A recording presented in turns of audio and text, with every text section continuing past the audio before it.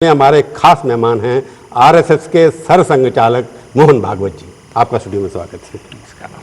एक बार बताइए, अभी ये फिर से एक बार वंदे मातरम की कंट्रोवर्सी शुरू हो गई। उसमें होम मिनिस्टर भी थे वहाँ, वो कहने लगे, उन्होंने स्टेटमेंट दिया कि मेरे सामने ऐसा प्रस्ताव नहीं पास हुआ।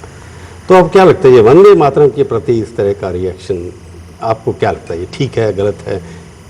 कि वंदे मातरम भारत भक्ति का स्तोत्र है, तो सब भारतवासियों के लिए उसमें कोई परहेज नहीं होना चाहिए। पर जो वो विरोध इसलिए कर रहे हैं कि उनके धर्म के खिलाफ है, धर्म किसी और को नमन करने के लिए नहीं कहता। मैं नहीं समझता देशभक्ति की खिलाफत कोई मजहब, कोई पंथ, कोई तो संप्रदाय, धर्म करता होगा। उनका जो कहना है, जो कल मैंने सुना उनके भाषण के अंदर, कि मजहब के अंदर वो कहते हैं हम किसी आगे नमन नहीं कर सकते, आपके सिवाय हमारा एक अल्लाह है। अरे बड़ों के आगे तो झुकते ही है, सब झुकते हैं। हाँ, बड़ों की ये तो माता, वैसा ये माता है हमारी, पुरुषलाते भगवान मत मानो आप, लेकिन माता तो मानोगे नहीं आपका संघ, क्योंकि ये माइनॉरिटीज के दिमाग में अब 60 साल के बाद, इसीलिए मैं कह रहा हूं कि ये बात मजहब विरोधी नहीं है। भारत माता की जय कहने से, वंदे मातरम कहने से कोई मूर्ति पूजक नहीं होता है। कहता कि अगर इस देश में रहना होगा, वंदे मातरम कहना होगा, इस तरह की पुरानी बातें होती थी, उससे कहीं ना कहीं डर पैदा हो जाता है। नहीं, अगर कोई कहता है कि हम वंदे मातरम नहीं कहेंगे, तो एक सामान्य आदमी की रिएक्शन हो, क्यों नहीं कहेंगे, यहाँ रहना है ना, करो। वो बोलना, भाषा कैसी, कैसे समझाना वो नहीं जानता होगा, तो वो ऐसे कहेगा।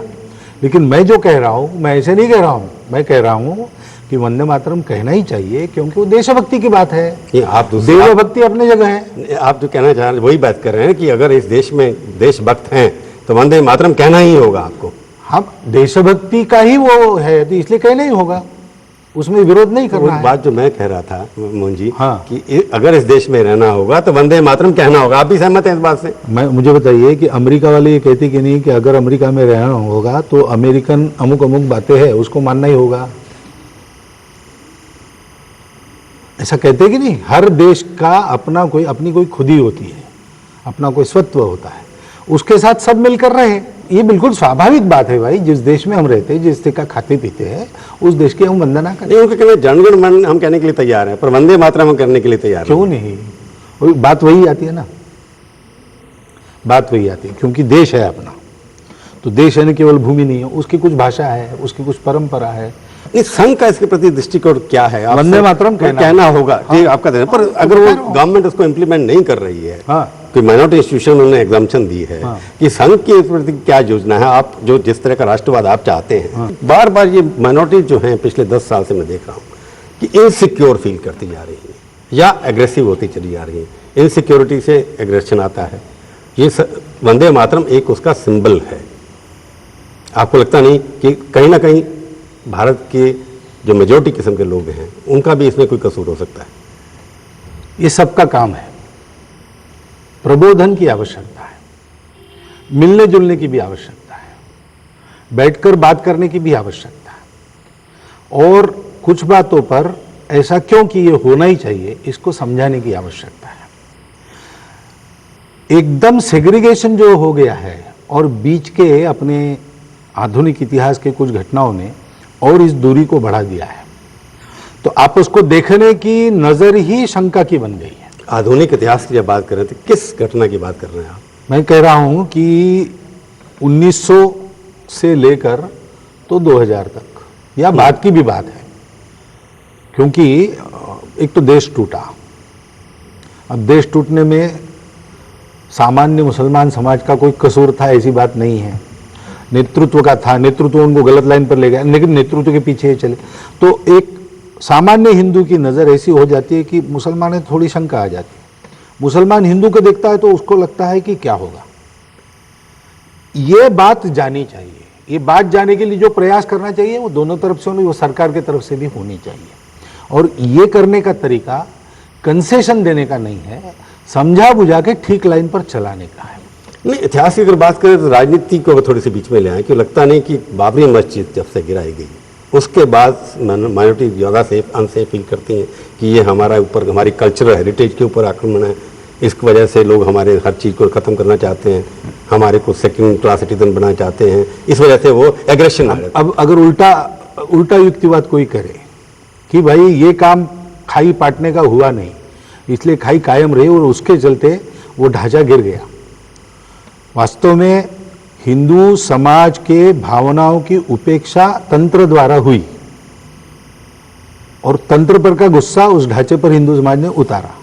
समाज में जो कुछ होता है उसकी प्रतिक्रिया बेकाबू होकर अगर निकल जाती, जैसे राम मंदिर की बात आप कह रहे हैं, ढांचा गिराने के लिए हमने नहीं कहा था, लेकिन वहाँ जो लटका के रखा, कोर्ट के तरफ से निर्णय नहीं आया, और जब आया तब 11 तारीख का आया, वहाँ के इतने टेंशन ध्यान में रखकर तो वहाँ का समाज बेकाबू हो गया, वो रुका नहीं।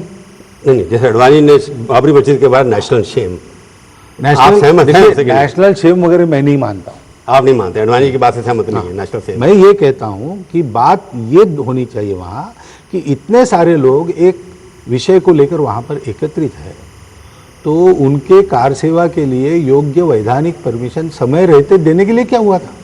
तो इसका संबंध उससे नहीं है कुछ, लेकिन उल्टी भी व्याख्या इसकी हो सकती है। अब व्याख्या हम अपने अपने घर में बैठकर कुछ भी करते रहे, उससे समस्या छूटने वाली नहीं है। बात है कि दोनों समाजों के लोगों को भारत को अपना मान के, भारत क्या है, उसकी विरासत क्या है, क्या बातें होने से वास्तव में ये जमीन का टुकड़ा भारत कहलाता है, उसको समझ के उनके लिए एक आना होना पड़ेगा। पर आप इस बात को मानते नहीं है कि क्योंकि जिस तरह की इश्यूज आपने उठाया, 370 धारा उठाई, कि उनको लगता है कि 370 जम्मू एंड कश्मीर क्योंकि मुस्लिम बाहुल्य है, एक स्पेशल स्टेटस है, आरएसएस ने दिमाग। हमारा कहना यह है कि किसी का बाहुल्य और किसी की माइनॉरिटी है, इसलिए देश अलग नहीं हो सकता। हम द्विराष्ट्रवाद को नहीं मानते। भारत एक है, पहले से है। हिंदू नाम आने के पहले भी भारत था और मुसलमान यहाँ आने के पहले भी भारत था। वो भारत चल रहा है, उस भारत को चलाना है। वहाँ कौन मेजॉरिटी है कौन माइनॉरिटी ये सवाल नहीं। इस भारत की परंपरा में ये भेद मानते ही नहीं। बस 370 धारा मोहन जी लगता है कि हिंदुत्व को डाइल्यूट करती है क्या? कि अगर 370 है तो क्या फर्क पड़ता है? मुझे आप बताइए कि 370 नहीं है तो क्या फर्क पड़ता है? नहीं, जो चीज एग्जिस्टेंस है, स्टेटस को 370 नहीं है तो क्या फर्क पड़ता है? बाकी राज्यों के लिए एक दूसरी धारा है, उनके अपने रीति रिवाजों को सुरक्षित रखने वाली। अरुणाचल को है। ये तो ऐतिहासिक सच है ना। तो उनको भी वही धारा लगाए ना। लेकिन हमारा देश अखंड देश है। और जैसे एक तो बाबरी मस्जिद हो गई, एक 370 हो गई, फिर यूनिफॉर्म सिविल कोड हो गई, वो एक अपने उनकी अपने तरीके हैं शादी के। मुझे बताइए कि इसके बारे में रैशनल डायलॉग क्यों नहीं होता? अब राम मंदिर की बात करते कि वो सब सबूत वगैरह मिल गए, जमीन के अंदर लेजर कोर्ट में जजमेंट आ नहीं रहा है ना 90 साल से।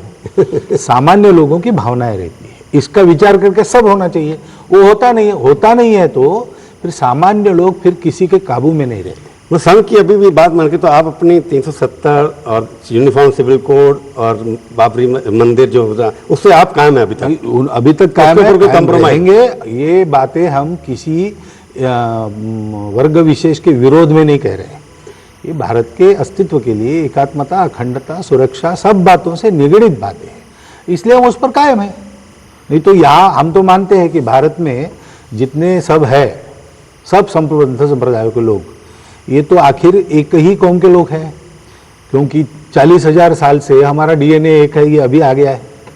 तो वास्तव में हमारी ये कोई ऐसी भेद करने की रीति नहीं होनी चाहिए। पर हम सब एक राष्ट्र है। मैं सोच रहा था कि कोई एक तरीका आपकी तरफ से, क्योंकि संघ, आरएसएस, माइनॉरिटी के लोग समझते हैं कि आप इन चीज़ों पे कॉम्प्रोमाइज़ करें, थोड़ा सा पीछे हटें, तो कोई देश के अंदर आगे बढ़ सकते हैं।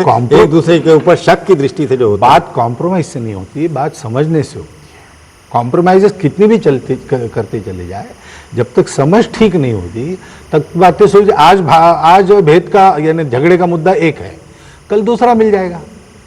मूलतः आपस में हम एक है और कोई शंका रखने का कारण नहीं। ये जब आएगा तब बातें सब ठीक हो जाएगी। उसके लिए मिलना जुलना जरूरी है। आज एक आइसोलेशन में जीवन चल रहा है। उसके लिए मोहन जी मेरे को लगता है कि और भी कई चीज़ें आती हैं, जैसे गुजरात में जो हुआ, गुजरात की वजह से फिर एक दूसरे के बीच में जो पार्टी थी वो बढ़ती चली गई, कर्म होने की बजाय। क्यों हुआ उसके लिए आप क्यों नहीं कहा? मैं फिर पूछूंगा एक ब्रेक के बाद।